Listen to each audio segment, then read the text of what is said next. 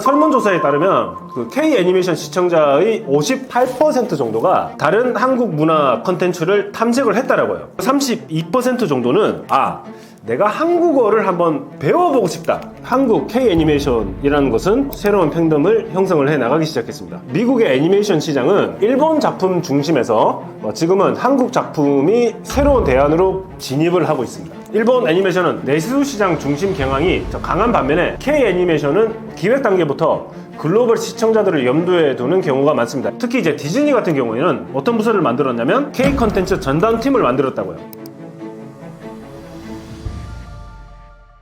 안녕하세요. 떠먹여주는 TV 구독자 여러분들, 제 소개를 간단히 말씀드리면 저는 미국학을 전공했고 미국 지역 문화를 주로 연구를 하고 있습니다. 그리고 컨텐츠로 풀어낸 알기 쉬운 미국 문화 책을 썼습니다. 자, 김상조라고 합니다. 반갑습니다. 미국에서 K-애니메이션이 큰 인기를 끌고 있는 이유는 무엇인가요?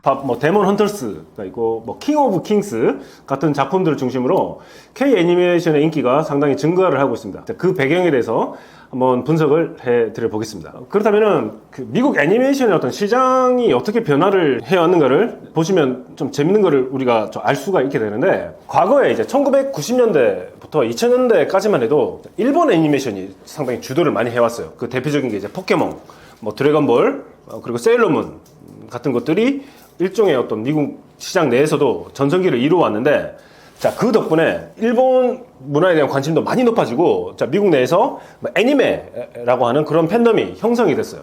그리고 난 다음에 성인을 타겟으로 한 어떤 시장이 개척되게 되고, 이거를 중점적으로 이렇게 방영을 해주는 스민 투마니 같은 전문 채널이 이제 등장을 했습니다.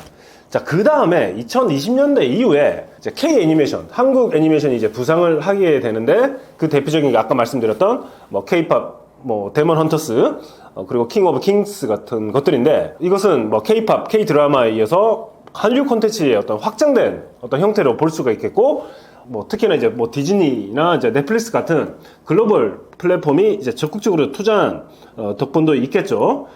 그런 다음에 이 한국 K 애니메이션이라는 것은 특히 Z세대를 중심으로 새로운 팬덤을 형성을 해 나가기 시작했습니다. 그래서 미국의 애니메이션 시장은 일본 작품 중심에서 지금은 한국 작품이 새로운 대안으로 부상하는 어떤 다양한 단계로 진입을 하고 있습니다. 그렇다면 일본 애니메이션이 그렇게 큰 인기를 얻고 있다가 왜 이제 후퇴를 하게 되었나? 첫 번째, 시장이 이제 포화되고 계속 반복된 컨텐츠만 이렇게 나오는 경향을 볼 수가 있었는데, 예를 들면 이세계 전생물 같은 거나 소년 점프 스타일의 배틀물 같은 것들이 나타나는 어떤 유사한 설정, 자, 그리고 이런 애니메이션 뿐만 아니라 일본 영화도 있죠.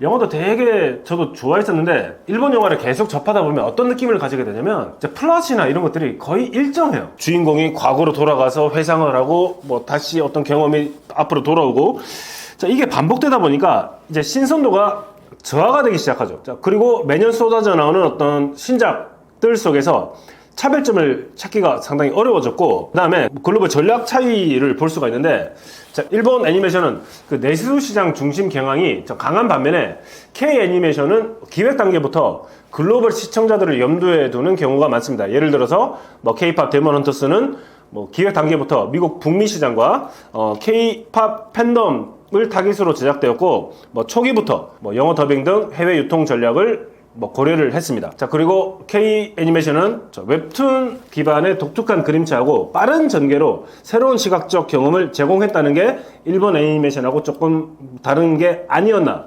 싶고, K-팝과 애니메이션이 결합해서 시너지를 발휘하는 형태가 일본 애니메이션하고 좀 다르지 않았나고 볼 수가 있겠습니다. 그래서 K 애니메이션은 K-팝과 결합을 해서 특히 젊은 세대에서 더 큰 어떤 문화적 접근성을 제공하면서 팬덤 확장에 어떤 유리하지 않았나 라고 볼 수가 있겠죠. K 애니메이션의 인기 배경은 간단하게 좀 말씀드리냐면 BTS, 블랙핑크 같은 K-팝하고 오징어 게임, 기생충 등 한국 영상 컨텐츠의 세계적 성공이 K 애니메이션에 대한 어떤 관심을 더욱더 자연스럽게 불러일으켰겠죠. 자, 예를 들어서 기존의 한류 팬들은 시네탑이나 나 혼자만의 레벨업 같은 웹툰 기반의 K 애니메이션에 쉽게 유입되어서 시청자층을 확장하는데 기여를 했습니다.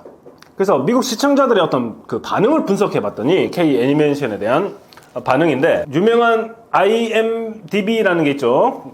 거기 기준으로 데몬 헌터스에 대한 미국 시청자의 긍정적인 평가 비율이 78%입니다. 그리고 뭐 Z세대 시청자들 사이에서는 한 65%가 되고, K 애니메이션 시청자 중에서 K-팝 팬이었던 비율이 42%, 그리고 K-팝 데몬 헌터스 같은 경우에 첫 주 트위터나 틱톡에서 언급되었던 비율이 그 숫자죠. 거의 320만 정도 될 정도로 큰 인기를 불러일으켰다고 합니다.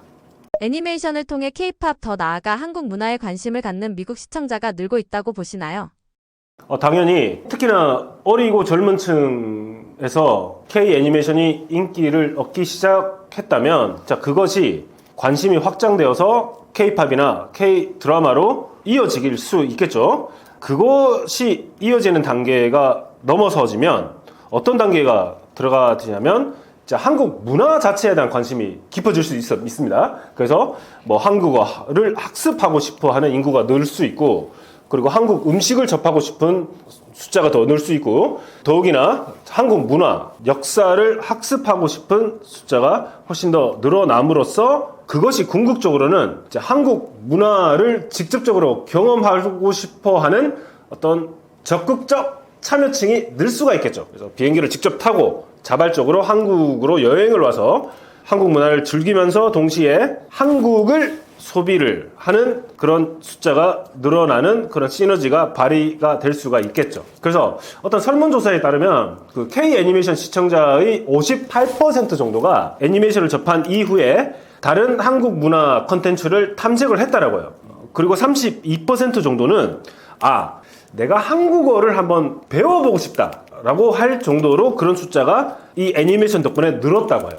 그래서 지난 학기에 제가 40명을 가르치는 수업이 있었는데 21명이 외국인 교환학생들이었습니다. 그래서 유럽 각지의 나라, 영국 같은 나라에서 온 학생들이었는데 그 학생들한테 왜 한국을 왔느냐라고 물어보면 자기들이 접했던 K-팝, 접했던 K-드라마, 영화 때문에 직접 한국을 경험하고 싶어서 왔다라고 해요. 그럼 그런 거를 봤을 때 K-팝 데몬 헌터스 같은 이런 것들을 접한 층들이 언젠가는 한국을 와서 경험을 하고 싶어하는 그 층들이 크게 늘 수가 있다는 잠재력을 보여줄 수가 있다는 거죠. K-팝 데몬 헌터스 같은 콘텐츠가 디즈니나 넷플릭스 등 해외 방송사나 스튜디오에 어떤 영향을 주었나요? 2024년에서 2025년에는 디즈니가 5개 이상의 K 애니메이션 프로젝트를 발표를 했고, K-팝과 연계된 그런 작품들에 중점을 두고 있다라고 해요. 그러면 넷플릭스는 어떤 전략을 가지고 있나? 넷플릭스는 킹 오브 킹을 시작으로 한국 전통 문화와 신화 있죠. 데몬 헌터스에도 좀 약간 그런 요소들이 들어가 있는데, 그런 오리지널 애니메이션 시리즈를 기획을 하고 투자를 확대를 할 계획을 가지고 있다라고 합니다. 그래서 2023년도에 한 연간 1억 달러 이상을 K 애니메이션에 투자를 배정을 하고 K 애니메이션 제작자들과 장기 계약을 체결하고 있다고 합니다. 그리고 또 재밌는 게 일본 애니메이션 전문 스트리밍을 하는 크런치롤이 있는데, 이 크런치롤마저도 K 애니메이션 콘텐츠를 확보에 나서고 있다라고요. 그래서 이 채널들마저도, 스트리밍 서비스마저도 기존의 일본 애니메이션 중심에서 벗어나서 한국 작품을 적극적으로 라이선싱해서 플랫폼에서 내보내는 그런 다양화를 추구하고 있다고 합니다. 그래서 이제 미국 내 애니메이션 스튜디오에서의 어떤 변화도 볼 수가 있는데, 그 스튜디오 안에서의 어떤 구조에서도 변화를 볼 수가 있어요. K-팝, K 애니메이션 인기를 얻어가기 시작하니까 한국 애니메이터 및 창작자 채용이 증가를 하고 아시아 지역 지사가 확대 및 강화가 되고 한국 스튜디오와의 어떤 협업도 강화가 되고 있다고 합니다.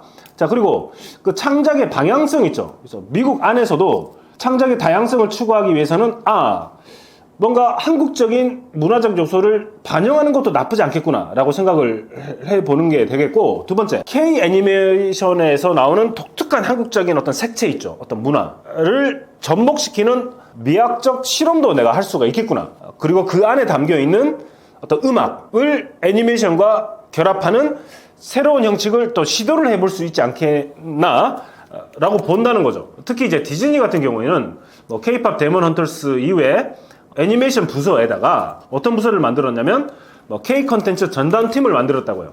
그래서 서울지사를 확장하는 등 조직적 변화를 추진하고 있다고 합니다. 이 현상은 2000년대 초반, 2010년대에서도 볼 수 없는 현상이었죠. 2000년 초반까지만 해도 일본 애니메이션, 그리고 저 게임 산업 있죠. 그 PS, 플레이스테이션 안에 들어있는 일본적인 애니메이션, 일본적인 서사가 상당히 미국에서 인기가 있었어요. 근데 이게 인기가 하락하더니 이제 K-팝과 접목이 된 한국 애니메이션이 크게, 강하게 이제 어필을 하는 그런 순간이 오게 되었죠. 기존 K-팝 팬들은 K-팝 데몬 헌터스 같은 시도에 대해 어떤 반응을 보이고 있나요? K-팝 애니메이션 팬들로서 이제 활동을 하게 된다는 거죠. 그래서 이들은 적극적인 제2의 창작 활동을 합니다. 예를 들어서 캐릭터 코스프레도 한다거나 아니면 뭐 팬아트, 뭐 팬픽션 등 다양한 창작물들 같은 거를 이제 공유를 하는 활동을 하게 되는 거고, 두 번째, 이게 참 중요한데, 자, 문화적인 탐구를 한다는 거예요. 그래서 한국어 학습 커뮤니티가 형성이 되고, 한국 문화 및 역사에 대한 정보를 공유를 하고, 뭐 작품 속에 들어가 있는 자, 문화적인 요소가 뭔지, 자, 이거를 어떤 식으로, 어떤 맥락으로 해석을 해야 될 것인지에 관한 이제 토론 활동들이 활발해질 수 있다는 거죠. 자, 그리고 또한 세 번째, 어떤 팬 활동들이 있어지냐면, 자, 팬들과 그 제작자들의 어떤 교류가 활발해질 수 있다는 거예요. 그래서 SNS를 통해서 뭐 제작자와의 어떤 소통, 그리고 뭐 또 다른 작품이 나올 때 팬들의 어떤 반응이 담겨 있는, 피드백이 담겨 있는 그런 사례들이 자, 증가를 하고 있고, 팬 이벤트 및 온라인 참여들이 활발해지고 있다. 자, 그래서 K 애니메이션의 어떤 이 팬덤이라는 게 일본 애니메이션의 팬덤과 자, K-팝 팬덤의 특성이 융합된 독특한 문화를 형성하고 있고, 특히 온라인 공간에서 그 활동이 매우 활발합니다. 자, 그래서 어느 정도로 이제 K 애니메이션이 확산되고 이 경제적인 효과가 있느냐, 관련된 상품의 어떤 매출 증가 측면에서 2022년 대비 한 42% 정도의 매출 증가가 있었대요. 그래서 K 애니메이션 관련된 뭐 피규어, 의류, 굿즈 같은 라이선싱 상품이 미국 내 판매가 이 정도로 증가를 했고, 그 다음에 미국 내 관광객 증가율이 거의 35%가 증가를 했대요.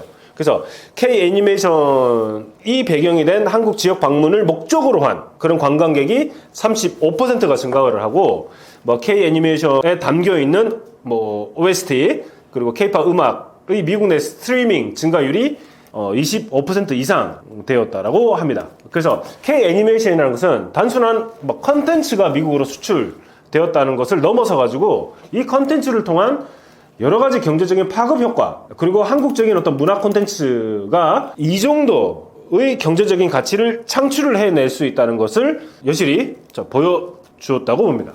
미국 시청자들이 기대하는 한국 애니의 다음 단계는 무엇인가요? 뭐 당연히 뭐 제작 인프라가 이제 확장됐으면 하는 그런 바람이 있겠죠. 글로벌 수요에 대응한 제작 규모하고 시스템 구축이 좀 필요하다고 볼 수가 있겠습니다. K 애니메이션만의 전문 인력 양성과 시스템화, 그리고 시스템이 강화되는 것, 그리고 같은 애니메이션이지만 K라는 철자가 들어갈 정도의 어떤 한국적인 창의적 독창성을 확보하는 게 중요하지 않겠나. 예를 들면 우리가 이번에 킹 오브 킹스나 K-팝 데몬 헌터스 같이 그 안에 들어가 있는 한국적인 서사와 세계관이 구축되고, 다양한 장르와 타겟층을 공략할 수 있는 뭐 컨텐츠 개발, 그리고 뭐 글로벌 트렌드와 한국적 정서가 어떻게 조화를 이룰 수 있을지에 관한 창의적인 독창성이 만들어지는 게 중요하지 않겠나.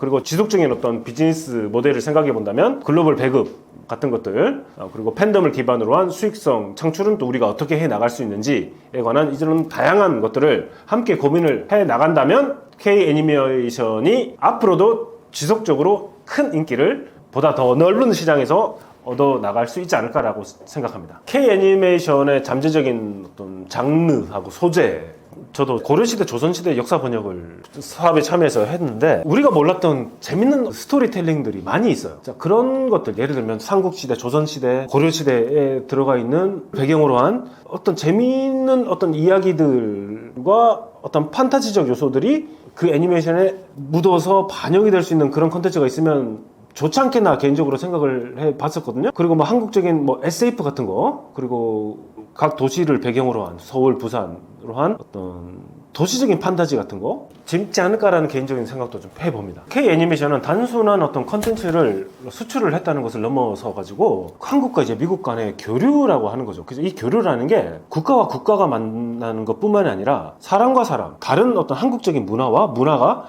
만나는 어떤 문화의 어떤 교류의 장, 그리고 그것을 통해서 어떤 새로운 채널이 만들어질 수 있는 그런 가능성을 보여주었던 것 같아요. 그래서 이것이 앞으로 일시적인 어떤 유행이 아니고 지속적인 글로벌 애니메이션으로서 큰 구조적인 변화를 일으키는데 역할을 해 나갔으면 하는 거고, 마지막으로 K 애니메이션은 앞으로도 한국 문화의 어떤 독특한 매력을 글로벌 관객에게 전달해주는 동시에 다른 나라의 애니메이션 산업의 어떤 창의적 자극과 다양성을 제공하는데 큰 역할을 해줄 것으로 기대합니다.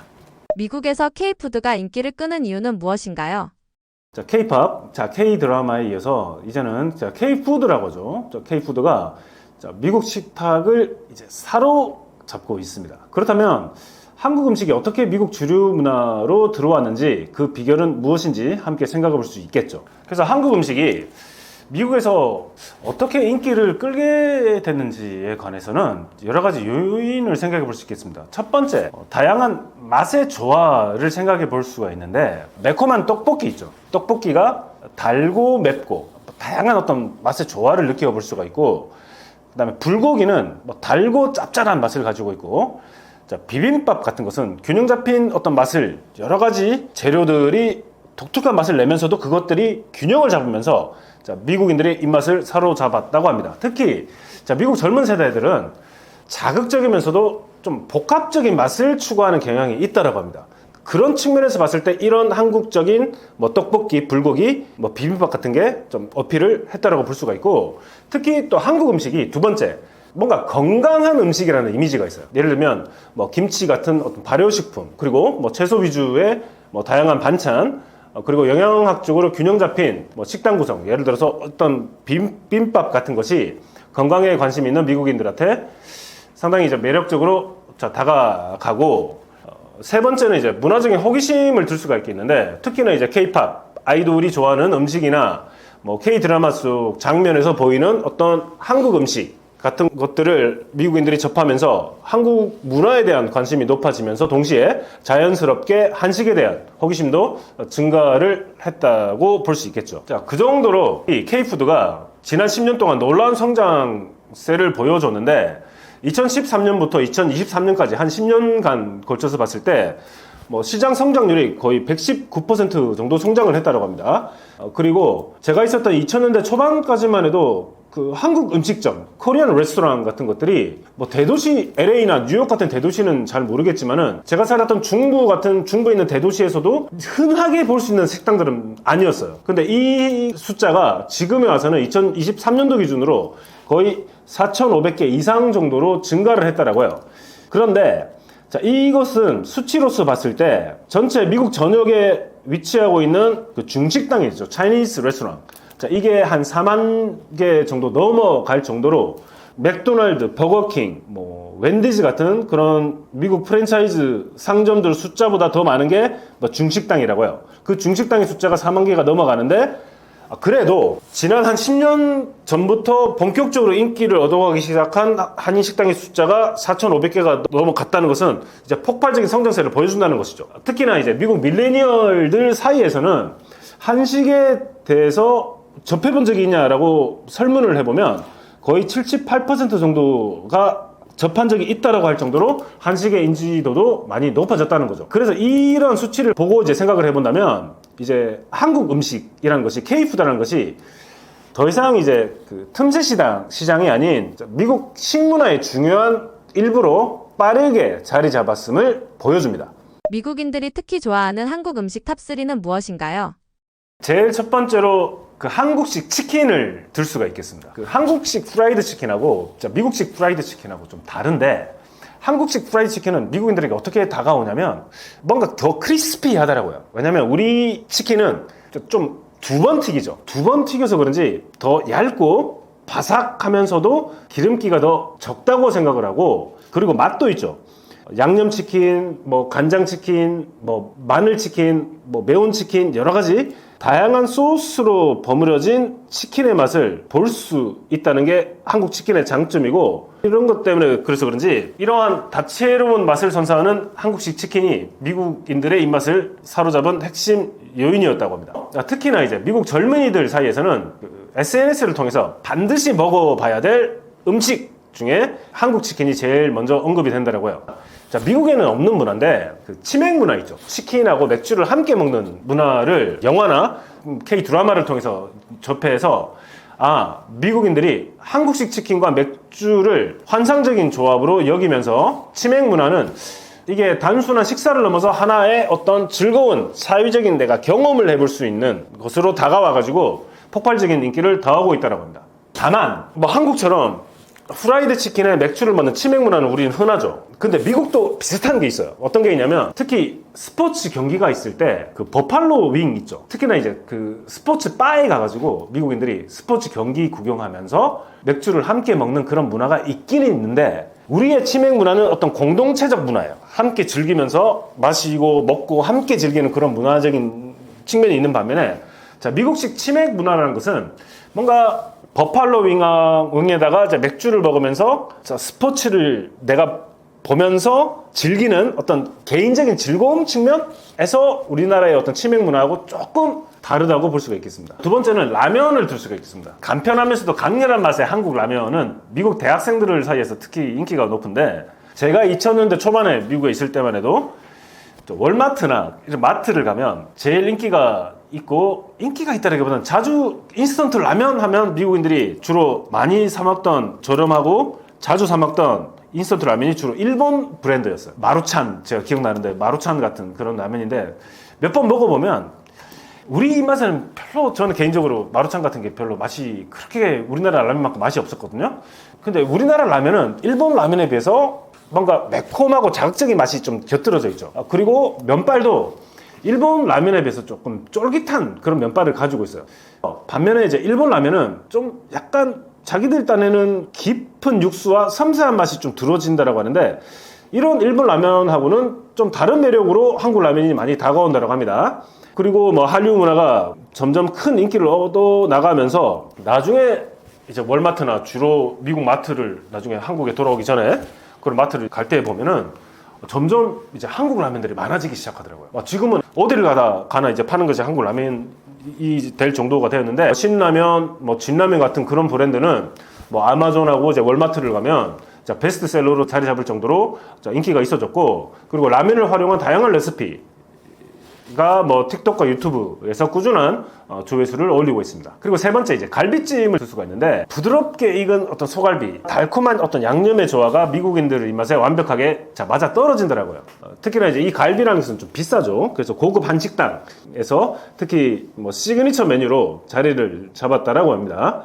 이 갈비찜이 미국인들한테 어떻게 다가오느냐, 이 장시간 저온으로 이제 고기를 부드럽게 입혀가지고 풍부한 맛을 낸다는 점에서 미국 음식 중에서 어떤 거하고 조금 좀 비슷하냐면 미국식 바베큐 있죠. 이 미국식 바베큐의 특징인 스모킹 훈연 방식하고 뭔가 좀 유사한 좀 친숙함을 좀 제공한다고 합니다. 이 갈비찜이. 왜냐면 이 미국식 바베큐도 한 7시간, 8시간 장시간 동안 훈연을 시키죠. 그래서 육질을 약간 부드럽게 만드는 그런 과정을 거치는데, 자, 그런 측면에서 약간 우리 갈비찜이 좀 비슷한 그런 어떤 맛을 좀 보여준다라고도 하는데, 특히나 이제 저 뼈에 묻은 고기를 즐기는 문화, 그게 바베큐죠. 그리고 달콤한 짭짤한 양념의 사용은 미국식 바베큐 소스와도 일맥상통하는 부분이 있다라고 합니다. 그래서 미국인들한테도 특별한 뭐 동시에 익숙한 어떤 경험을 선사를 한다라고요. 그래서 갈비찜도 인기가 있다고 합니다. 미국 현지 마트와 레스토랑에서 한식을 접할 수 있는 기회가 많아진 이유는 무엇인가요? 2000년대 초반까지만 해도 한국 음식을 즐기기 위해서는 대도시를 갔었어야 돼요. 제가 살았던 곳에서는 뭐 캔자스 시티가 대도시였는데 캔자스 시티를 가든지, 아니면 제가 아는 지인이 살고 있는 뭐 텍사스에 있는 뭐 달라스 같은 대도시를 가야만 내가 좀 제대로 즐기고 싶은 뭐 한국적인 맛을 볼 수 있는 레스토랑이야 라는 곳이 주로 그런 곳에 있어가지고 대도시 한인 커뮤니티 중심으로 한식이 이제 전파가 되기 시작합니다. 그랬던 것이 10년대 중반이 되면 한국계 유명한 셰프들이 나오기 시작해요. 그 대표적인 셰프가 누구냐면 그 데이빗 창이라는 분인데, 이분이 2010년에 뭐 타임지가 선정한 세계에서 가장 영향력 있는 100인에 선정될 정도로 자, 이런 한인 셰프들이 한국 음식을 대중화시키면서도 뭔가 고급화시켜서 미국 대중들에게 소개를 해주는 그런 큰 역할을 해서 그때부터 한식이 약간 고급화되고 현대화되기 시작했다라고요. 그랬던 것이 또 2018년도 이후에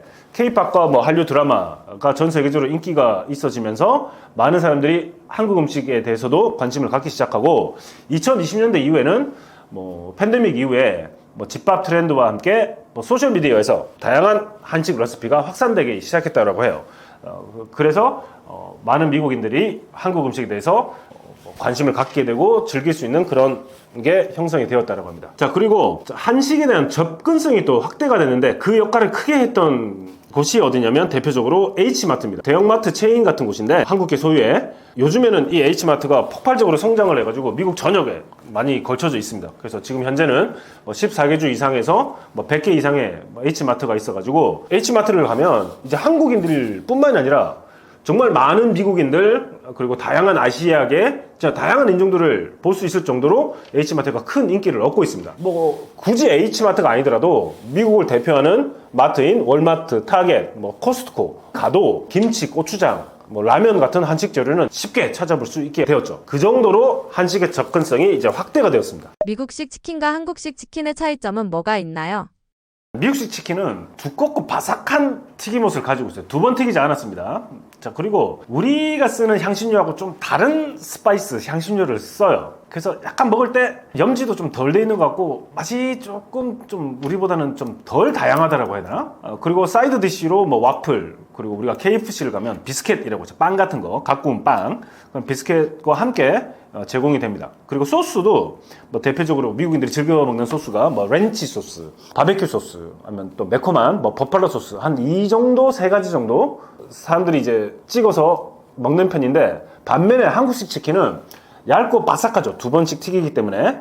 그리고 뭐 달콤하고 맵거나 아니면 간장을 사용하거나 여러 가지 다양한 소스를 활용을 하고 그리고 그 사이드 디쉬로 피클이나 무 같은 게 제공이 되죠. 그게 약간 좀 미국 사람들은 적응이 안 된다고 그러더라고요. 이제 이 피클을 뭐지? 라고 할 정도로. 그리고 우리가 이제 대표적으로 쓰는 뭐 소스는 양념, 간장, 뭐 마늘 아니면 허니 같은 거를 쓴다는 측면에서 자, 미국 치킨하고 우리나라 치킨이 조금 다르지 않나. 그리고 또 느낀 게 그 닭 사이즈가 좀 틀려요. 그래서 미국 치킨을 한 마리 사면은 우리나라 치킨 한 마리 산 것보다 크기가 훨씬 미국 치킨이 크더라.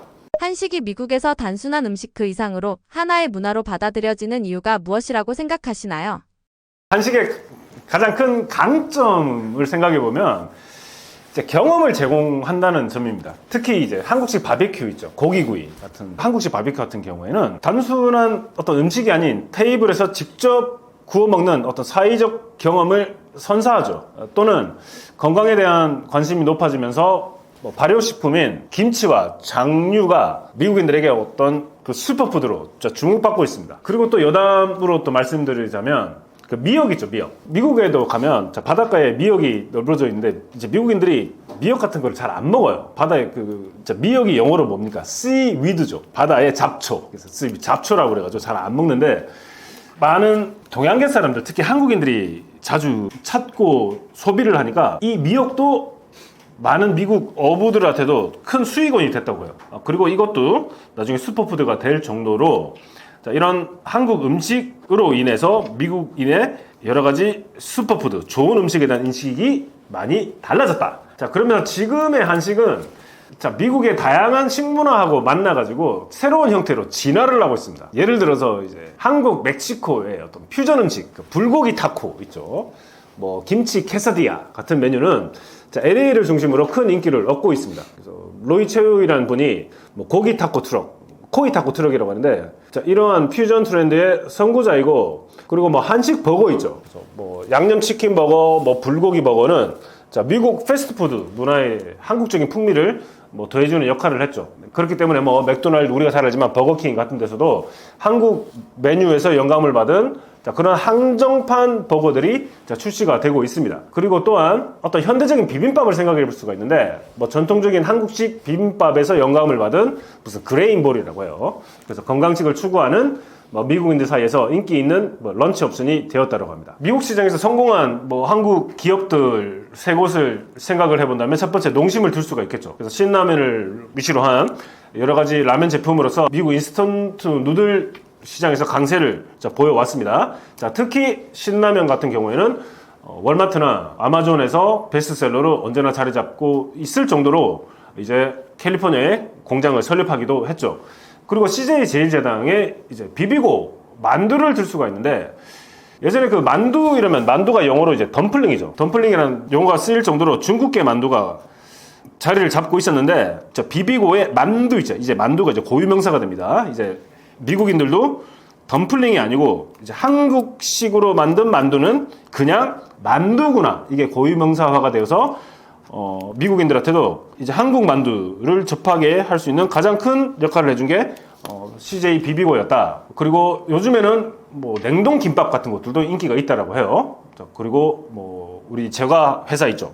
혜태나 롯데 같은 경우에는 빼빼로, 또 상업정신이 또 추천한지 미국에서도 빼빼로데이 11월 11일 같은 거를 그런 날로 만들어가지고 미국 내에서도 또 소셜미디어를 중심으로 인지도를 크게 높이고 있다고 합니다. 여담으로 말씀드릴 게, 미국인들이 가장 오해하는 한국 음식에 대한 사실들 몇 가지만 말씀드리면, 모든 한국 음식이 매운 것은 아니죠. 그래서 한식에는 된장찌개, 갈비탕처럼 순한 맛의 요리도 많다는 겁니다. 그래서 매운맛은 다양한 한식 요리의 일부분일 뿐이다.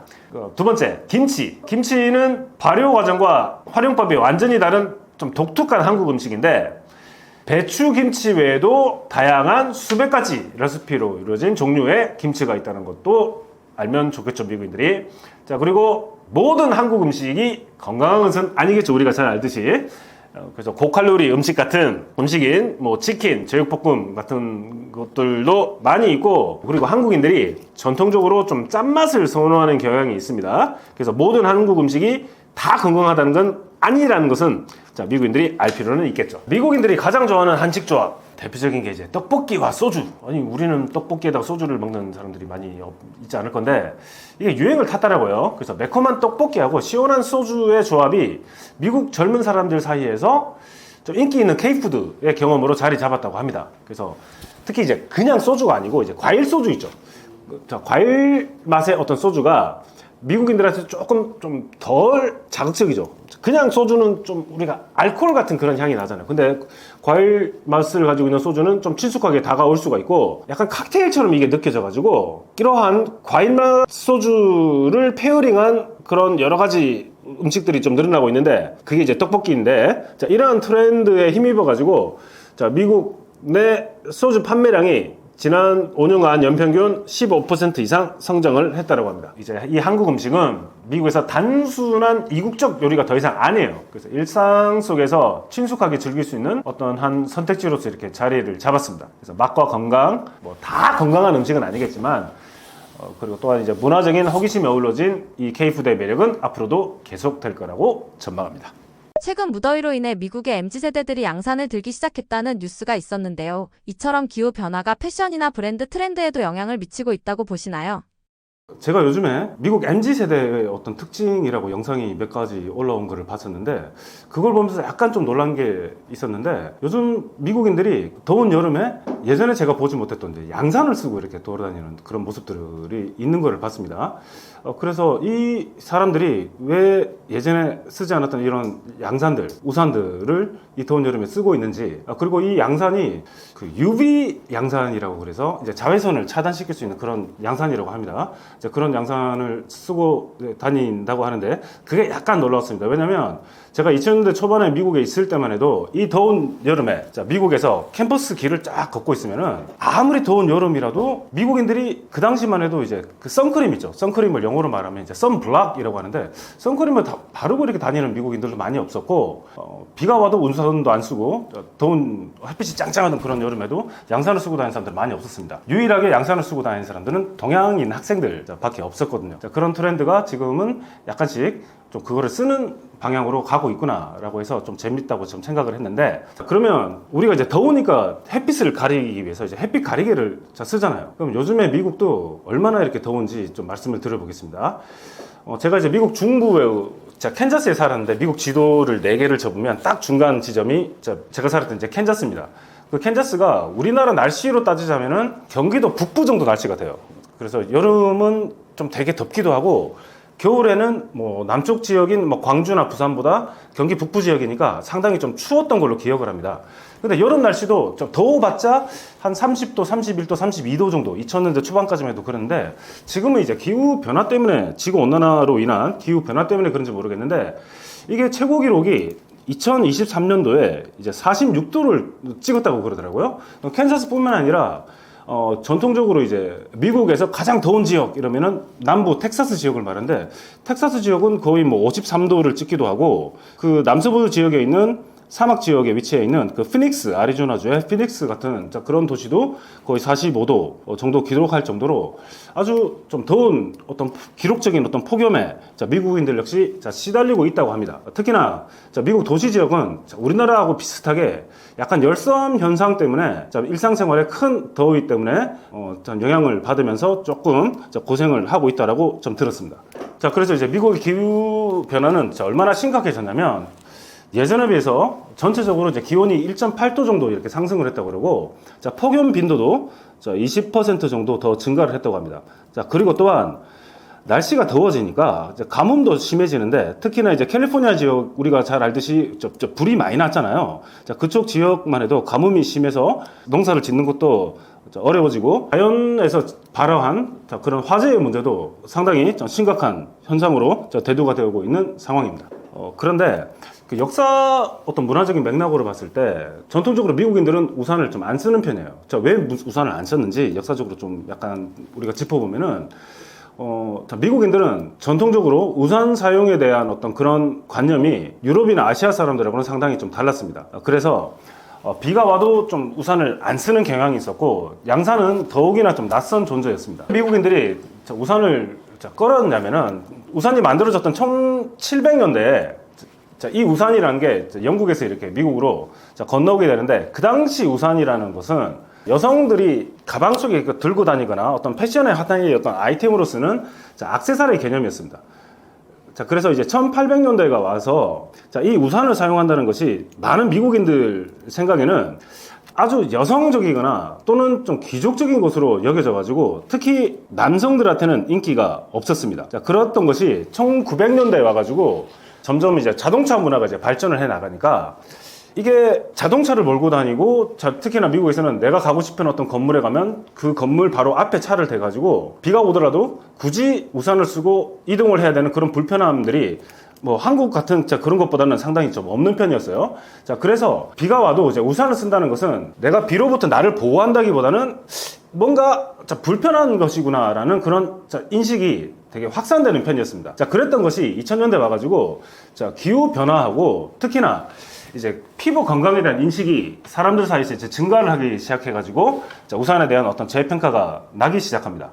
또 다른 한 가지를 또 생각해 볼 수 있는 게 그 태닝을 생각해 볼 수 있거든요. 미국인들은 아무리 더워도 굳이 살을 태우기 위해서 우리가 특히나 이제 봄, 여름, 가을철 날씨 좋을 때 밖을 나가다 보면은 미국인들이 거의 뭐 상의를 벗은 채로 햇빛을 쫙쫙 쬐면서 우리는 하야면 하얄수록 피부가 아주 좋고 남들에게 좀 긍정적으로 비춰줄 수 있다는 그런 생각이 있는데 자, 미국인들은 같은 백인이라도 아주 하얀색 피부를 가진 사람보다는 검게 이렇게 태운 어떤 피부를 선호하는 경향이 있습니다. 왜 그러냐면은 아주 하얀색, 창백한 백색보다는 햇빛에 좀 그을린 그런 피부색을 가지고 있는 피부가 어떤 나의 어떤 경제적인 어떤 여유를 어떤 상징하는 그런 것으로 비춰져 가지고 살을 일부러 태우는 경향이 있었는데 이게 어떤 문제가 생기냐면은 사람들이 햇빛을 이렇게 노골적으로 굳이 일부러 이렇게 막고 이렇게 살다 보니까 이제 피부암들이 생기기 시작하는 거예요. 그래서 사람들 사이에서 인식이 햇빛을 이렇게 직접적으로 이렇게 쬐는 것이 우리 피부에는 그렇게 이렇게 좋지 않을 수도 있는 거라는 인식이 발전하기 시작해요. 자, 그런 맥락에서 봤을 때 많은 미국 젊은이들 사이에서 양산을 쓰는 것도 자, 그런 맥락에서 이렇게 같이 함께 자, 생각해 볼 수 있는 거겠죠. 자, 요약해서 말씀드리냐면은 자, 미국에서는 오랫동안 비에 맞는 것이 큰 문제가 아니라는 인식이 강했습니다. 그래서 이제 미국에서 강의를 할 때 어떤 비가 오는 날이 있죠. 그러면 저는 우산을 딱 쓰고 이제 강의실을 가요. 그러면 강의실 들어가면 한 40명 중에서 한 반 정도 되는 미국 학생들은 비를 쫄딱 맞고 이렇게 수업을 들어와요. 그래서 왜 우산이 없냐라고 물어보면은 우산이 없대요. 근데 왜 비를 맞고 오냐? 그럼 우산 어디서라도 이제 구해가지고 올 수 있지 않느냐라고 이렇게 물어봤는데 굳이 자기들은 그 필요성을 못 느끼겠다고 그러더라고요. 비를 맞으면은 너희들한테 그렇게 안 좋지 않느냐 이렇게 말을 했는데 미국 학생들이 뭐라고 이렇게 대답을 하냐면은 크게 상관이 없다라고 이야기를 하더라고요. 비를 맞는 게. 그래서 이제 캠퍼스를 이렇게 딱 다니다 보면은 비를 일부러 그렇게 맞으면서 다니고 있는 학생들을 많이 볼 수 있었습니다. 그럴 정도로 미국은 이제 자동차 중심의 문화이기 때문에 주차장에서 건물까지 거리가 아주 짧습니다. 그리고 또한 많은 미국인들이 우산은 휴대하기에 되게 불편하고 분실하기도 쉬운 그런 아이템이라고 이렇게 생각하는 경향들이 있습니다. 그리고 우산을 사용하지 않고 비를 맞는 것이 일종의 어떤 강인함의 표현으로 해석되기도 했습니다. 이러한 문화적 배경으로 인해 가지고 미국인들은 우산, 특히 양산에 대한 소극적인 태도를 보여왔습니다. 그러면 MZ세대는 어떤 이유로 이렇게 양산을 쓰게 됐을까요? 한 세 가지 측면에서 생각해 볼 수 있을 것 같은데, 첫 번째는 아까 말씀드렸듯이 건강 의식이 증가했다고 볼 수가 있습니다. 왜냐하면 많은 미국인들도 이제 피부암으로 고생을 해가지고 사망을 하거나 어떤 그런 숫자가 이렇게 증가를 하게 되니까 TV에서도 많은 어떤 의사들이나 이런 어떤 상담이나 어떤 대담 프로그램에 의사들이 그런 상담이나 대담 프로그램에 나와가지고 어떤 그런 햇빛을 직접 쬐었을 때 어떤 우리 신체에 관한 어떤 부정적인 어떤 면들에 대해서 부작용들에 대해서 많은 설명들을 하고 캠페인을 합니다. 그래서 그런지 아마 건강 의식이 증가하게 했기 때문에 햇빛을 차단할 수 있는 어떤 적극적인 도구로서 양산이 이용되어지지 않았냐.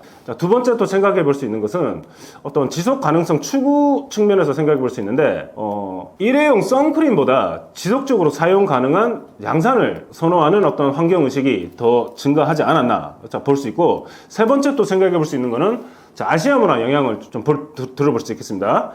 당연히 어떤 K-팝이나 어떤 일본 문화, J-패션의 영향으로 아시아 양산 문화를 받아들이는 경향이 좀 강해졌다라고 볼 수가 있습니다. 이렇듯이 어떤 극단적인 기후 변화는 미국 MZ세대의 라이프 스타일하고 패션 선택에 직접적인 어떤 영향을 미쳤다고 볼 수가 있겠습니다. 그리고 이 MZ세대들한테는 양산이 어떤 단순한 햇빛 가리개 역할을 할 게 아니라 그들이 주로 사용하는 어떤 인스타그램, 틱톡 같은 데서 해시태그 같은 걸 보면은 어떤 파라솔, 양산이죠. 파라솔 레볼루션 이래가지고 양산혁명 같은 이런 해시태그가 인기를 끌면서 어떤 다양한 디자인과 어떤 색상을 가지고 있는 양산이 패션의 액세서리로 자리를 잡고 있습니다. 특히 빈티지 스타일의 레이스 양산부터 어떤 모던한 디자인의 어떤 UV 차단 양산까지 개인의 스타일을 표현하는 새로운 방식으로서 양산이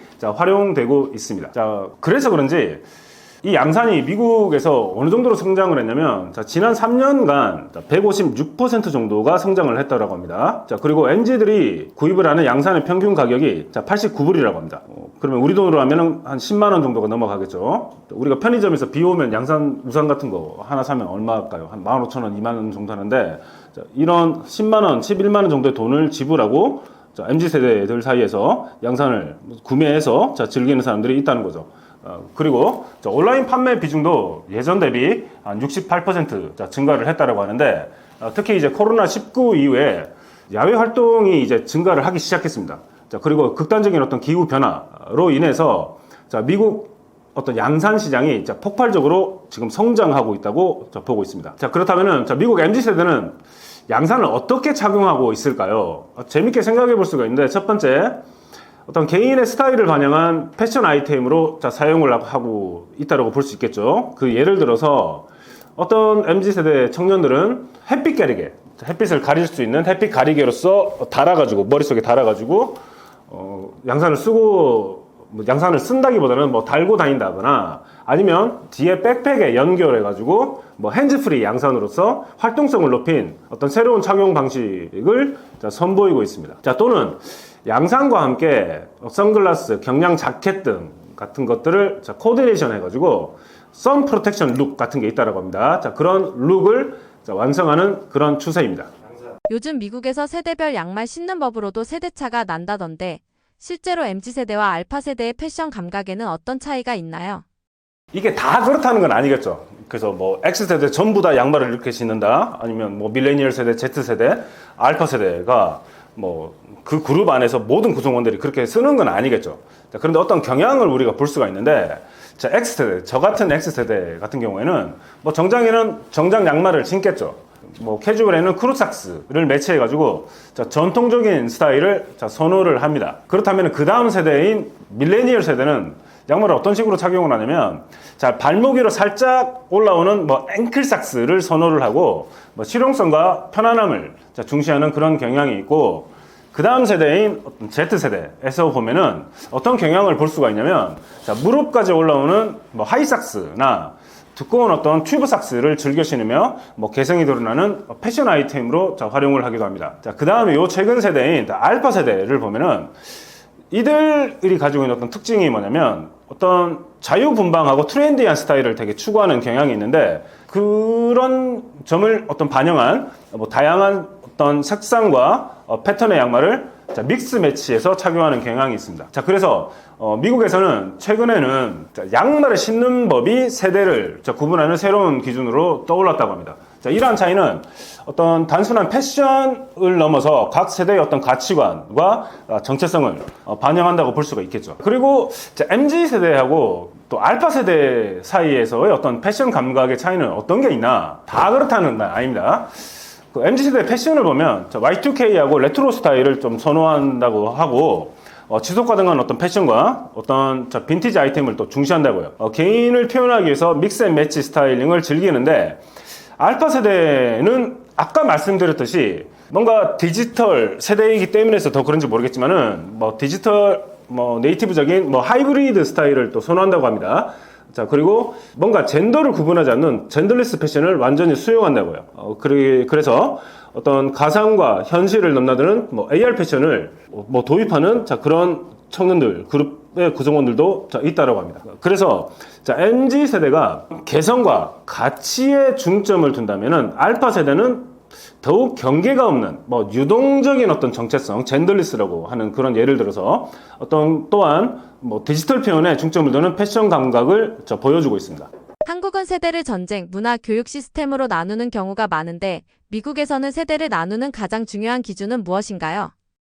미국에서 세대를 구분하는 기준은 세 가지로 볼 수가 있습니다. 기술과의 어떤 관계, 두 번째 경제적인 환경, 세 번째 어떤 문화적 분수령을 볼 수가 있는데, 기술적인 관계로서 세대를 구분하는 법을 생각을 해본다면은 각 세대가 어떤 기술과 함께 성장을 했는가로서 이렇게 구분을 해볼 수 있는데, 예를 들어서 그 베이비 부머 세대 있죠.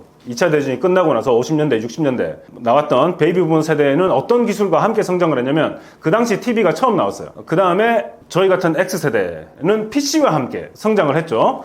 자, 밀레니얼 세대는 인터넷과 함께 성장을 해왔고, Z세대는 스마트폰, 알파 세대는 2010년 이후니까 이제 AI와 함께 성장하는 그런 세대로 볼 수가 있듯이, 어떤 기술과의 관계 측면에서 세대를 구분해 볼 수가 있고, 두 번째 어떤 경제적인 환경 측면에서 세대를 구분해 볼 수가 있겠습니다. 뭐 대공황 세대, 뭐 전후 호황기 세대, 아니면은 2008년도 금융 위기 전후 세대 구분, 그리고 당연히 뭐 코로나19, 팬데믹 등 경제적인 사건을 기준으로 세대를 구분하기도 합니다. 또는 세 번째, 문화적 분수령으로서 세대를 구분을 하는데, 뭐 9.11 테러 이후의 세대 같은 구분, 그리고 소셜미디어가 등장했을 때의 그 전 이후의 세대, 또는 트럼프 행정부 등 문화적인 충격을 주는 어떤 사건을 기준으로 세대가 구분되기도 합니다. 자, 이 구분법은 우리나라 한국의 세대 구분법하고 약간 다른데, 한국은 그렇다면 어떤 식으로 세대를 구분할까요? 자, 우리는 두 가지 측면에서 세대를 구분한다고 볼 수가 있는데, 첫 번째 역사, 두 번째는 교육 시스템 중심으로 구분한다고 생각해 볼 수 있는데, 역사적인 측면에서 세대를 우리는 어떤 식으로 구분을 하냐면, 뭐 한국은 뭐 전쟁, 6.25 세대라고 하죠. 아니면 뭐 1987년 전후 민주화 세대, 뭐 민주화 전후 세대 같은 역사적인 사건과 뭐 교육적인 측면에서 본다면은 저 같은 제가 이제 학력고사 마지막이었거든요. 그러면 학력고사 세대 아니면 수능 세대 같은 교육 시스템 중심으로 세대를 뭐 구분을 합니다. 자, 이는 어떤 격동의 어떤 현대사와 함께 겪으며 형성된 어떤 집단적 경험을 자, 반영한다고 볼 수가 있겠죠. 반면에 자, 미국은 아까 말씀드렸듯이 뭐 기술, 뭐 경제, 자, 문화적인 어떤 분수령 중심으로 자, 세대를 구분한다고 생각해 볼 수 있겠습니다. 자, 그래서 특히나 자, 미국에서는 공유된 경험 있잖아요. 이게 세대 정체성 형성에 아주 중요하고 개인주의적 특성 속에서도 세대별 정치적 성향 그리고 가치관이 자, 명확히 자, 구분이 됩니다.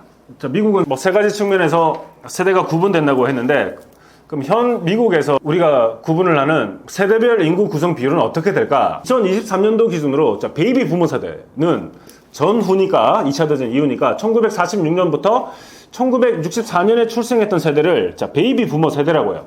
지금의 59세에서 77세 정도 되는 세대를 베이비 부모 세대라고 합니다. 그 세대의 비율이 21% 정도 되고 자, X세대, 저 같은 세대인데 1965년에서 1980년대 출생, 지금의 43세에서 58세 정도 되는 어떤 비율이 20% 정도 되고 그 다음 세대인 밀레니얼 세대는 1981년에서 1996년에 사이에 출생한 세대인데 지금의 27세에서 42세에 해당합니다. 이 세대가 22%, 뭐 Z세대는 1997년부터 2012년, 뭐 지금의 11세에서 26세인데 한 20% 정도. 그 다음에 알파 세대는 2010년대 초반에 출생해서 자라난 지금의 어떤 10대에서 10대를 넘어서는 자, 그런 세대가 17%를 차지하고 있는데 우리하고는 다르게 우리는 지금 인구 절벽이 와가지고 약간 고령화 사회가 됐다고 하는데 방금 말씀드렸듯이 미국은 세대마다 약간의 좀 균형이 좀 잘 잡혀 있다는 것을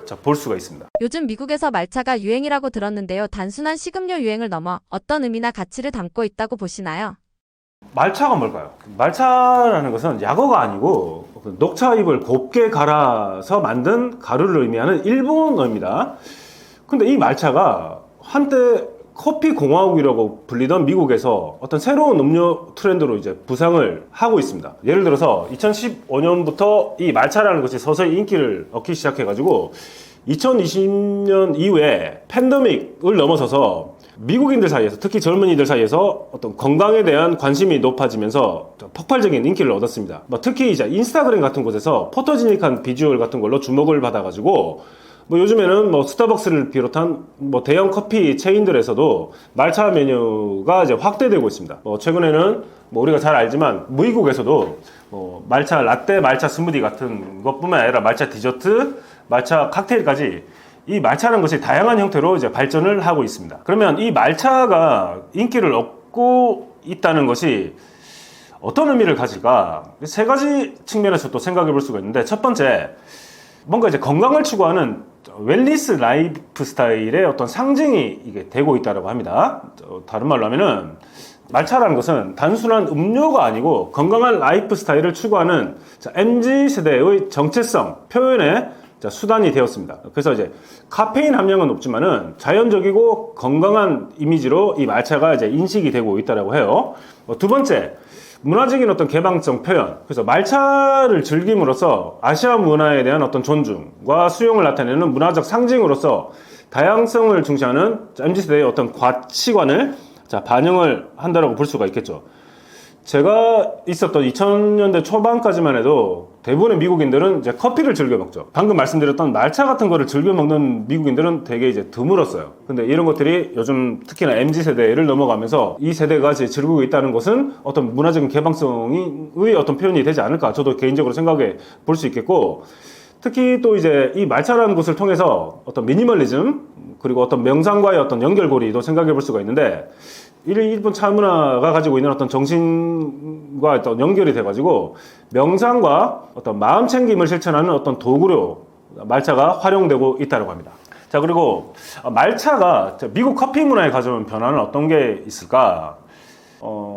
첫 첫 번째로 어떤 의식적인 음료 경험을 생각해 볼 수가 있는데, 뭐 기존에 어떤 카페인 섭취 그리고 에너지 부스팅에 중점을 두던 어떤 커피 문화라는 것이 의식적인 어떤 음료 경험과 맛의 복합성을 중시하는 방향으로 변화하고 있다라고 볼 수 있겠고, 두 번째, 원산지와 어떤 제조 방식의 중요성을 사람들이 점점 의식을 하게 된다는 거예요. 그래서 뭐 제3세계 커피 문화에 대한 의식들, 그리고 말차 문화라는 것이 이제 결합을 해가지고 사람들이 같은 커피라도 같은 말차라도 이것들이 어디서 왔는지에 관한 어떤 원산지, 그리고 어떻게 제조되어졌는지에 관한 어떤 제조 방식에 대한 관심이 높아지고, 그리고 음료를 즐기는 방식 자체가 더욱 의례적이고 명상적인 경험으로 변화를 했습니다. 관세의 영향으로 물가가 많이 올랐는데 햄버거, 피자 등을 선호하던 MZ세대들의 대체 음식으로는 뭐가 있을까요? 소비 트렌드 변화가 궁금합니다. 모든 MZ세대들의 입맛이 바뀌지는 않았겠죠. 왜냐하면 그들의 어떤 문화, 어떤 경제적인 상황에 따라서 어떤 뭐 인플레이션 현상이나 이런 거에 대한 어떤 대처 방식이 다를 수 있으니까, 뭐 일반적으로 생각해 보냐면 당연히 뭐 관세나 인플레이션 영향으로 물가가 좀 많이 올랐습니다. 그러면 이 MZ세대는 식비가 점점 증가하는 데 따른 부담이 있을 건데, 그럼 여기에 대한 어떻게 대처를 하고 있을까? 2022년부터 23년 사이에 식료품 가격 있죠. 이 가격이 평균적으로 이제 13.5% 정도 상승을 했다고 합니다. 특히 우리가 또 팁플레이션이라고 하잖아요. 그래서 팁 같은 것도 예전에 뭐 10%, 15%만 내면 되었던 것이 지금은 5%, 10%더 증가가 해가지고 굳이 내지 않아도 됐던 추가적인 어떤 비용의 부담들이 팁을 통해서 많이 발생을 한다고요. 그래서 여기에 대한 대처를 어떻게 하느냐, 이러한 식비를 절약하기 위해서 많은 MZ세대들이 이제 대체 식품들을 찾는다고 해요. 뭐 첫 번째, 식물성 단백질을 찾는다고 하는데, 예를 들어서 이제 식재료 있죠. 콩, 렌틸콩, 키노아 등 식물성 단백질 같은 것들이 같은 단백질이죠. 하지만은 육류성 단백질인 고기보다 저렴하면서도 영양가가 높아서 인기를 끌고 있다고 합니다. 특히나 부드러운 두부 있죠. 두부 요리가 SNS에서 유행하면서 고기 대체 식품으로서 주목받고 있다고 합니다. 그래서 예전에 두부를 즐기는 사람들이 많이 없었는데 지금 두부를 좋아하는 미국인들이 상당히 많아졌어요. 두 번째, 홈메이드 이제 곡물볼 같은 거, 쌀, 보리, 귀리 등 저렴한 곡물에 계절 채소하고 소스를 더한 그레인볼이 경제적이면서도 건강한 한 끼 식사로 인기를 얻고 있다고 합니다. 그래서 밖에 나가서 햄버거 빅맥 세트 메뉴를 하나 사 먹으려고 해도 요즘에는 10불이 넘어간다고요. 그러면 이게 우리 돈으로 한 14,000원, 15,000원 정도 되겠죠. 그런데 이런 간단한 쌀, 보리 같은 곡물 같은 거를 마트에서 구매를 해서 내가 섭취를 하면 비용이 햄버거를 밖에 나가서 외식으로 사 먹는 것보다 훨씬 저렴하게 3불에서 5불 수준으로 섭취를 할 수 있기 때문에 햄버거의 절반 가격밖에 되지 않습니다. 아니면 예전에도 그랬는데 많은 미국 젊은이들이 인스턴트 라면을 많이 즐겨요. 근데 요즘에는 라면만 섭취하면 영양가가 그렇게 높지 않다는 걸 미국 젊은이들이 알고 있어요. 그래서 우리도 그렇지만은 좀 토핑을 추가하죠. 영양가가 있는 토핑 같은 거, 예를 들어서 채소, 간단한 단백질, 계란 같은 것들을 추가해가지고 영양가를 높여서 업그레이드된 라면들을 섭취를 한다고 합니다. 특히나 요즘에는 한류의 영향 때문인지 한국식 라면 레시피가 특히 인기를 얻고 있다고 해요. 그 대표적인 게 불닭볶음면이죠. 그리고 까르보 불닭 이런 것들 있죠. 그렇게 저렴한 건 아니지만은 그렇게 그런 인스턴트 라면을 구매해서 영양가가 있는 단백질 토핑들을 추가해서 이렇게 섭취를 한다고 합니다. 불법 이민 단속에 반대하는 시위에서 멕시코 국기를 흔드는 장면이 화제가 됐습니다. 기존 시위와 비교했을 때 어떤 점에서 달라졌다고 보시나요? 이게 상당히 논란이 많이 되었는데, 최근 미국에서 불법 이민 단속에 반대하는 시위 장면들이 뉴스를 보면 많이 우리가 보였죠. 근데 이 시위에 참가하는 많은 상당수의 사람들이 멕시코 국기를 들고 시위를 하는 장면들이 많이 보여가지고 이게 논란이 되었습니다. 왜냐하면 그 과거 어떤 이민자 권리 운동에서는 주로 이제 미국 국기를 흔들면서 우리 역시 미국인들입니다 라는 메시지를 강조했던 것들과는 달리, 최근 시위에서는 어떤 시위를 하는 사람들의 어떤 문화적인 정체성을 더욱 분명히 드러내는 모습을 보이고 있다는 거죠. 이게 왜 그런가 또 생각을 해보면, 이는 미국 내 다문화주의와 문화적 정체성에 대한 인식의 변화를 반영하는 게 아닐까라고 생각합니다. 간략하게 미국의 이민정책 역사적인 어떤 배경을 조금만 이렇게 말씀을 드리면, 자, 미국은 이민자의 나라라고 하죠. 하지만은 이 미국의 이민 정책이라는 것이 시대에 따라서 크게 변화를 해왔습니다.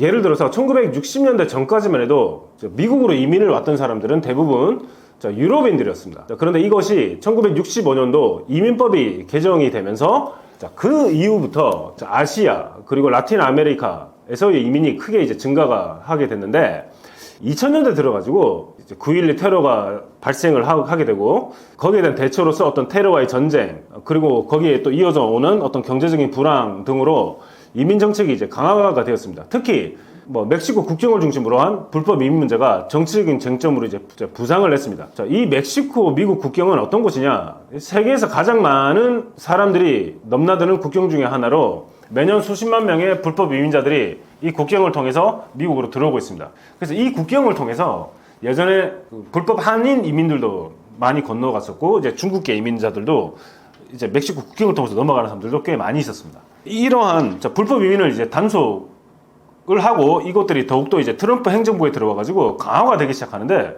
이 강화를 어떻게 하느냐? 당연히 국경 멕시코 특히나 이제 멕시코 미국 국경의 장벽을 건설해서 확대를 시키고 그 국경 주위에 어떤 순찰대 인력을 증가시키고 첨단 감시 기술을 도입하고 불법 체류자 추방을 하는 절차를 간소화를 시켰습니다. 자, 그런데 이게 어떤 문제를 좀 발생을 시킨다고 어떤 사람들을 보냐면 이제 가족 분리 사례가 이제 증가를 하게 돼요. 그래서 불법 이민자로서 미국에 살았던 사람이었는데 미국에서 자식을 낳고 사는 가정들이 상당히 많이 있었는데 미국은 미국 영토 안에서 태어나면 자동적으로 미국 시민권을 받죠. 근데 부모는 불법 이민자였기 때문에 이런 부모들은 분리시켜서 추방을 하게 돼요. 그러면 남아있는 아이들은 어떻게 되는지에 관한 어떤 사회적인 문제가 발생을 하고 이제 불법 이민자의 숫자가 이제 공식적으로 파악된 숫자가 없는데 지금은 어마어마하게 많은 숫자라고 이제 보고 있는데 이 사람들을 이제 점점 많은 수치로서 추방을 하게 되니까 이제 지역 경제가 타격을 입고 특히 농업, 건설업에 종사하던 어떤 이런 노동 인력들이 없어지니까 이제 노동 인력의 부족의 문제가 생기게 되고 그리고 각 도시마다 구역별로 존재해 있는 이민자 커뮤니티들이 있는데 이 커뮤니티 내의 어떤 불안이 또 확산되고 있죠.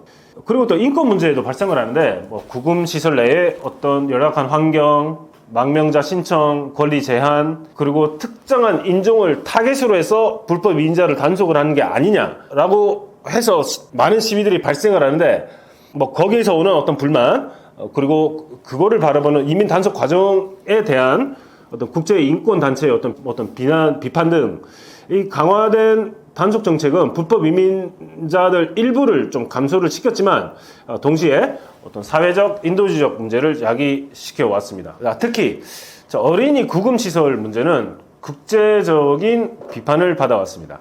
그렇다면 이 시위를 하고 있던 로스앤젤레스에서 많은 멕시코계 미국인들이 시위를 할 때 멕시코 국기를 들고 있는데 이 사람들이 미국이라는 나라 안에서 멕시코 국기를 들고 시위를 했을 때의 그 상징성과 의미는 무엇인가? 일종의 멕시코계 미국인들이 가지고 있는 문화적인 역사적인 어떤 정체성과 자부심의 표현으로 보는 있고 그리고 그들만의 어떤 연대의식의 상징 그리고 멕시코계 이민자들의 어떤 가시성 확보 그리고 또한 어떤 정치적인 메시지 전달의 도구로서 국기를 들고 있다고 하는데 많은 주류 미국인들 입장에서 이것을 봤을 때는 어떻게 느껴지냐면 같은 미국에 살고 있는데 이 사람들은 동화를 거부하는 뭔가 애국심이 부족한 사람들로서 오해가 될 수도 있고 그렇기 때문에 이 사람들은 충성심이 부족한 미국인들이야 라고 생각이 될 수 있고 또 생각을 해볼 어떤 측면이 있냐면 이 사람들은 문화적으로 통합되기를 거부하는 사람들이구나 그렇기 때문에 정치적으로 악용이 될 수도 있는 그런 상황을 일부러 몰고 오는 것이 아닌가 라고 보기도 하죠. 왜냐하면 여러분들이 이제 미국에 가셔가지고 가장 놀라는 것 중에 하나가 뭐냐면 미국은 도로, 어떤 각 가정집, TV 아니면 고속도로 어디를 가던 성조기가 항상 거의 좀 눈에 띕니다. 그래서 집 앞, 차량, 학교, 공공기관, 심지어 의류까지 미국 국기는 일상 곳곳에 이렇게 자리를 잡고 있습니다. 어느 정도냐면 국경 기념일 있죠. 독립기념일은 7월 4일, 현충일인 5월 마지막 월요일, 그 다음에 제한 군인의 날, 아니면 뭐 티셔츠, 모자, 수영복에 미국 국기들이 다 달려있죠. 아니면 지역 사회에서도 성조기가 많이 보입니다. 그래서 미국 소도시에서는 뭐 주요 어떤 도심지 거리를 걷다 보면 많은 성조기들을 볼 수가 있는데, 왜 이렇게 보이냐면 이 성조기라는 것이 어떤 지역 정체성을 상징하고 공동체의 어떤 의식을 강화하는 역할을 하면서, 특히 소도시 그리고 농촌 지역일수록 이러한 경향이 강하게 드러납니다. 특히 미국 남부, 그리고 텍사스 지역, 그리고 중서부 지역, 남서부 지역 같은 그런 약간 좀 보수적인 그런 곳에서 이러한 경향이 좀 두드러지게 보이는 경향이 있습니다. 그렇기 때문에 많은 이민자들 입장에서는 성조기라는 것은 뭐 새로운 시작과 기회의 상징이죠. 그래서 유럽이나 많은 나라에 살고 있던 이민자들이 미국에 건너올 때는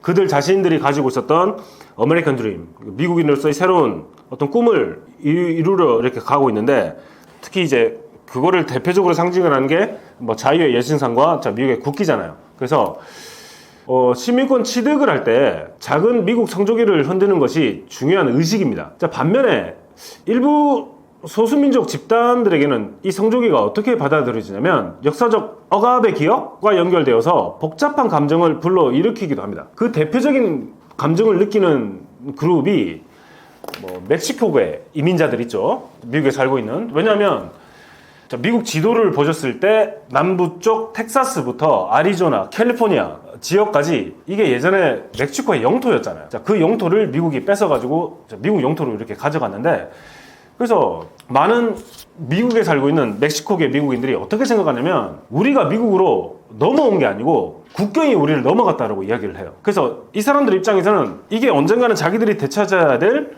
자기들의 땅이라고 생각하는 사람들이 있어요. 그래서 역사적으로 어떤 가지고 있는 어떤 반감들, 어떤 배경들을 생각을 해봤을 때 불법 이민자 단속을 당했던 멕시코계 이민자들 입장에서 미국이라는 나라를 바라봤을 때 이 성조기가 상징하는 바가 뭔가 좀 우리 일반적인 사람들이 받아들이는 것과는 좀 다를 수가 있겠죠. 그래서 거기에 대항해서 자기들의 정체성을 내세울 수 있는 뭐 멕시코 국기로서 뭔가 자신들만의 어떤 정체성을 보여주려고 하지 않았나라고도 생각해 볼 수 있겠습니다. 대부분의 멕시코계 미국인들은 어떤 그들이 가지고 있는 멕시코의 문화적인 유산을 유지를 하면서 미국 사회에 통합하려는 노력을 기울이고 있고, 이러한 어떤 이중적인 정체성이 뭐 시위 현장에서 미국 국기와 멕시코 국기를 함께 흔드는 그런 모습으로 표현이 되기도 합니다. 미국 언론들은 이 멕시코 국기를 들고 있는 사람 시위대들을 어떻게 바라보이나, 약간 성향에 따라 다른데 보수 매체에서는 어떤 보도 경향을 보여주냐면 불법 이민의 어떤 경제적인 부담하고 안보 위협을 강조하면서 멕시코 국기를 든 시위자들을 미국 가치에 대한 거부로 해석하는 경향이 있습니다. 종종 범죄 사례를 부각시키고 국경 위기를 강조합니다. 그래서 진보 매체는 그것보다는 약간 다르게 이민자의 어떤 인권 그리고 경제적인 기여를 강조하면서 멕시코 국기는 어떤 문화적인 다양성의 표현으로 해석되고 이민자들의 어려움을 뭐 공감적으로 다루기도 한다는 거죠. 미국이 이민자의 나라라고 하잖아요. 다양한 인종 문화 집단의 통합을 설명을 할 때 두 가지 개념이 있는데, 첫 번째, 미국은 멜팅팟의 나라라고 하잖아요. 그래서 다양성의 용광로라고 하는데, 이 다양성의 용광로는 모두가 하나로 녹아들어서 미국인이 된다. 그래서 전통적인 어떤 개념입니다. 그래서 뭐 다양한 민족과 문화, 언어가 하나로 섞여서 동질적인 미국 문화를 형성한다는 그런 이상을 가지고 있는 개념인데, 처음에 건너올 때의 어떤 개인적인 출신, 문화는 사라지고 공통된 미국적 정체성이 강조가 된다라고요. 그런데 나중에 와가지고는 이게 어떤 비판을 받냐면, 소수자들의 어떤 정체성, 그들이 가지고 있던 문화, 이런 것들이 없어지고 백인 중심의 주류 문화를 강요받는다는, 그리고 거기에 동화되기를 요구를 받고 동시에 다르다는 것, 차이라는 게 인정받지 않고 지워져 버리는 방식이라고 생각하는 측면들이 많았어요. 그렇기 때문에 거기에 반해서 나온 개념이 뭐냐면 이제 샐러드 보울이라는 겁니다.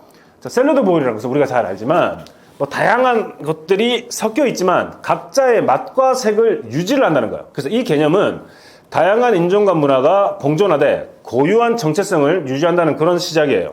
그렇기 때문에 문화 간의 어떤 융합 이라기보다는 다양성과 뭐 다문화주의에 좀 가깝다고 볼 수가 있죠. 그래서 이 개념이 가지고 있는 장점이 뭐 각자의 어떤 정체성을 인정하고 다양성을 존중하면서 차이의 공존을 어떤 중시를 한다는 겁니다. 그래서 예전에 다양성의 영광로라는 개념보다는 요즘에는 샐러드볼이라는 개념으로 미국 사회를 바라보는 것이 더 재밌고 다양하고 뭔가 심도 있게 미국을 이해하는데 조금 더 도움이 되지 않을까라고 생각합니다. 그래서 미국 내에서 멕시코 국기 시비를 든 사람들에 대한 뭐 다양한 반응을 볼 수가 있는데, 보수층에서는 아니 미국에 살면서 다른 나라 국기를 들고 있는 것은 뭐 충성심이 부족한 거야 라고 비판하는 반면에, 뭐 진보층에서는 아까 샐러드볼 말씀을 드렸듯이 아니 문화적인 어떤 정체성의 표현일 수가 있는 거라고, 그런 측면도 있다는 거죠. 그래서 이민자 커뮤니티 내에서도 의견이 나누어져 가지고 일부에서는 미국 사회 통합의 역효과를 우려하는 반면에, 다른 이들은 어떤 문화적 자부심과 뿌리의 다양성, 중요성을 강조를 한다는 거죠. 이러한 논쟁은 미국 사회가 다원주의를 어떻게 이해하고 수용할 것인가에 대한 근본적인 질문을 제기를 합니다. 미국 지역 문화 연구자로서 다양한 미국이라는 나라 안에 담겨 있는 문화를 발굴하고 소개를 하는 그런 노력들을 많이 하고 있습니다. 그래서 첫 번째 노력은 작년에 출간했던 이 컨텐츠로 풀어낸 알기 쉬운 미국 문화책이고, 조만간 또 다른 미국 문화 관련된 책을 지금 준비를 중에 있습니다. 그래서 제가 여러분들께 말씀드린 이 미국 문화에 관련 이 내용은 이게 그렇다는 절대적인 답을 제공해 드리는 게 아니고, 문화를 이해하는데 이런 게 있을 수도 있구나 라고 이해할 수 있는 하나의 어떤 도움을 드리려는 그런 노력의 일환으로 봐주셨으면 정말 감사드리겠습니다. 그리고 혹시 궁금한 점이 있으시고 이러면 댓글로 이렇게 남겨주시면 제가 성의껏 여러분께 꼭 답글을 남겨드리도록 하겠습니다. 감사드립니다.